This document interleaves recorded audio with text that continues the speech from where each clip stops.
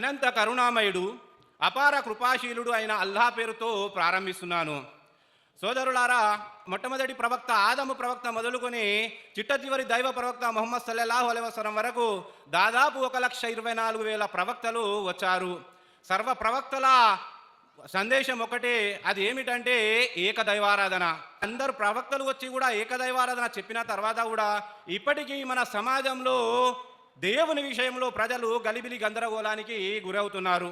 అయితే దీన్ని బట్టి ఈ విధంగా చాలామంది మతానికో దేవుడు, కులానికో దేవుడు, వర్గానికో దేవుడు, దేశానికో దేవుడు, రాష్ట్రానికో దేవుడు, ఊరికో దేవుడు, ఊరి పొలిమరకో దేవుడు, ఇంటికో దేవుడు, ఇంట్లో నలుగురుంటే నలుగురు దేవుళ్ళు, బట్టలు వేసుకున్న దేవుడే, బట్టలు వేసుకోకున్న దేవుడే, ఈ విధంగా ప్రతి దానిని దేవుడు దేవుడు అని చేసుకుంటా దేశ జనాభా కంటే దేవుళ్ళ సంఖ్య ఎక్కువైంది సోదరులారా.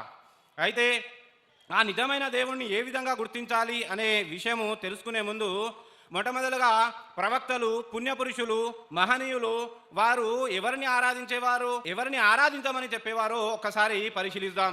చిట్ట చివరి దైవ ప్రవక్త ముహమ్మద్ సల్లల్లాహు అలైహి వసల్లం వారు ఏకైక సర్వేశ్వరుడైన అల్లాహ్ను మాత్రమే ఆరాధించారు. మానవాళికి కేవలం అల్లాహ్కు మాత్రమే ఆరాధన చేయమని సందేశం ఇచ్చారు.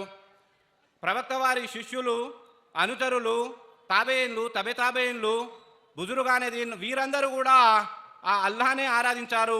ఆ అల్లాహ్ను మాత్రమే ఆరాధించాలి అని ఆదేశించారు.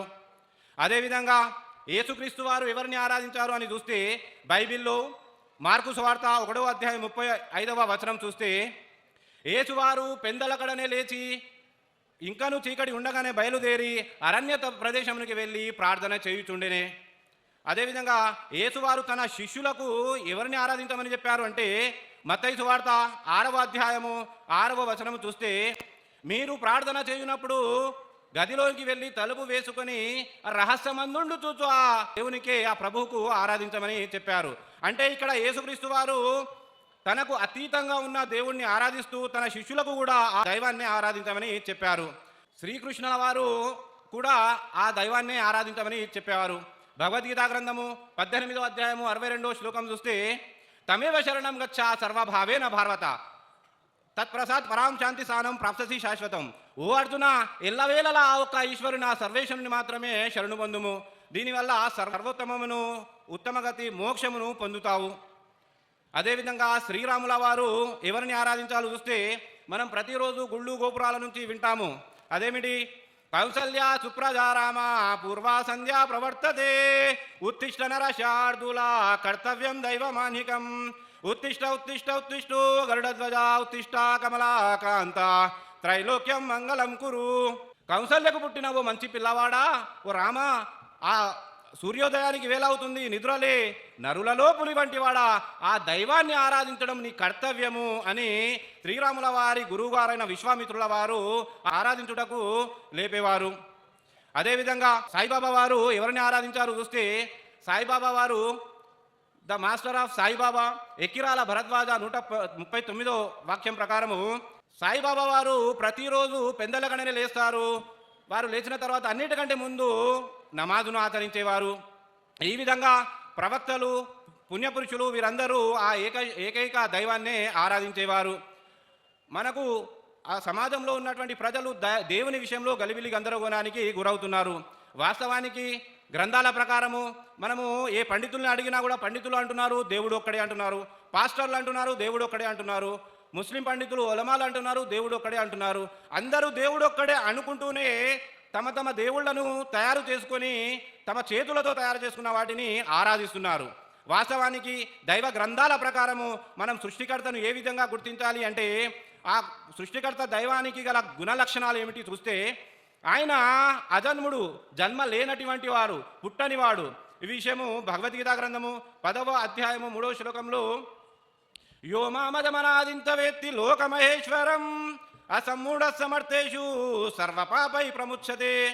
ఎవడు నన్ను పుట్టుక లేనివానిగాను అనాదిరూపిగాను సకల లోకాలకు నియామకుడిగాను గుర్తిస్తారో అట్టివారు మనుష్యులలో అజ్ఞానము లేనివాడై లెస్సగా విడవబడుతున్నాడు. ఇదే విషయం బైబిల్లో సంఖ్యాకాండము 23వ అధ్యాయం 19వ వచనంలో దేవుడు అబద్ధమాడుటకు మానవుడు కాడు, పశ్చాత్తాపడుటకు నరపుత్రుడు కాడు. ఖురాన్లో సూర ఇఖ్లాస్ 112వ అధ్యాయం 3వ వాక్యంలో లం యలిద్ వలం యూలద్, అల్లా ఎవరి సంతానము కాదు, ఆయనకు కూడా ఎవరు సంతానము లేరు. అయితే 3 గ్రంథాల ప్రకారం కూడా ఆ దైవము పుట్టేవాడు కాదు, ఆయన పుట్టనివాడు, అజన్ముడు అని తెలుస్తుంది. అంటే ఇక్కడ పుట్టినవారు ఎవరు కూడా దైవం కాదాలరు అని మనకు గ్రంథాలు చెబుతున్నాయి. అదేవిధంగా దైవానికి మరొక లక్షణము అవ్యక్తుడు, ఆయన కంటికి కనబడినవాడు. భగవద్గీత గ్రంథము 7వ అధ్యాయం 24వ శ్లోకంలో అవ్యక్తం వ్యక్తిమాపన్నం మన్యంతే మామ బుద్ధయా పరం భావమజానంతో మమ అవ్యయమనుత్తమం. నాశరహితమైనట్టు, సర్వోత్తమమైనట్టు, ప్రకృతికి పరమై విలసిల్లినట్టు స్వరూపము తెలియని అవివేకులు అవ్యక్త రూపుడకు నన్ను పాంచభౌతిక దేహమును పొందినవానిగా తలంచుచున్నారు. అదేవిధంగా బైబిల్ శాస్త్రంలో 1వ తిమోతి 6వ అధ్యాయము 16వ వచనంలో మనుష్యులలో ఎవడును ఆయనను చూడనేరడు. ఖురాన్లో సూరే అలానాం 6వ అధ్యాయము 103 వాక్యంలో లా తుదిరికుల్ అబ్సార్ వహువ యుద్రికుల్ అబ్సార్, అల్లాను మనము చూడలేము, ఆయన మనల్ని చూస్తున్నాడు. అంటే మనం కంటికి కనబడని ఆ దేవుడు, ఈ లోకంలో మనము ఆయనను చూడలేము అని గ్రంథాలు చెబుతున్నాయి. అదేవిధంగా మరొక లక్షణము, ఆయన అమరుడు, మరణము లేనటువంటి వాడు, సజీవంగా ఉండేటటువంటి వాడు. భగవద్గీత గ్రంథం 8వ అధ్యాయం 20వ శ్లోకంలో యస్య సర్వేషు భూతేషు నశ్యస్సు న వినశ్యతి, సమస్త ప్రాణికోట్లు నశించుదు, అయ్యది ఆయన నశించగానే ఉండును. విదేశం ఖురాన్లో సూర ఖసస్ 28వ అధ్యాయం 88వ వాక్యంలో కుల్లు షైఇన్ హాలికన్ ఇల్లా వజహు, అల్లా ఒక్కడి తప్ప ప్రతిదీ నశించేదే. బైబిల్లో ఇర్మియా 10వ అధ్యాయము 10వ వచనం చూస్తే నిజదేవుడు యెహోవానే, ఆయన జీవము గల దేవుడు. అంటే మరణించిన వాడు ఎవడు కూడా, నాశనం అయిన వాడు ఎవడు కూడా దేవుడు కాలేడు, దేవుడు మరణించని వాడు అని మనకు తెలుస్తుంది. అదేవిధంగా దేవుడు అద్వితీయుడు, ఒకే ఒక్కడు, ఆయనలాగా ఎవరు ఉండరు. ఖురాన్లో 3వ అధ్యాయం 2వ వాక్యంలో అల్లాహు లా ఇలాహ ఇల్లా హువల్ హయ్యుల్ ఖయ్యూమ్, అల్లా సజీవుడు, నిత్యుడు, విశ్వ వ్యవస్థకు ఆధారభూతుడు, వాస్తవానికి ఆయన తప్ప మరొక దేవుడు లేడు. ఇదే విషయం హైందవ గ్రంథాలలో చూస్తే బ్రహ్మసూత్రాలు ఏకం బ్రహ్మం ద్వితీయ నాస్తి నేహన నాస్తి కించన్, ఆ బ్రహ్మ, ఆ దేవుడు ఒక్కడే, రెండవ వాడు లేడు, కించిత్తు కూడా లేడు అని మనకు గ్రంథాలు చెప్తున్నాయి. అదేవిధంగా బైబిల్ శాస్త్రంలో మత్తయి సువార్త 23వ అధ్యాయము 9వ శ్లోకంలో మీరు భూమి మీద ఎవరికైనాను తండ్రి దేవుడు అని పేరు పెట్టవద్దు, మీ దేవుడు ఒక్కడే, ఆయన పరలోకమందున్నాడు అని మనకు గ్రంథాలు చెప్తున్నాయి. 3 గ్రంథాల ప్రకారం కూడా ఆయన పుట్టేవాడు కాడు, ఆయన మరణించేవాడు కాడు, ఆయన కంటికి కనబడడు, ఆయన ఒకే ఒక్కడు. ఈ అతల వితల సుతల రసాతల తలాతల పాతాల లోకాలను, ఈ అండపిండ బ్రహ్మాండాన్ని, ఈ సకల చరాచర సృష్టిని సృష్టించి నడిపేటటువంటి దైవం ఒకే ఒక్కడు. నా ద్వితీయాయ తస్సుహ, రెండవ వాడు లేడు, ఎంత మాత్రం లేడు అని మనకు ధర్మగ్రంథాలు చెబుతున్నాయి.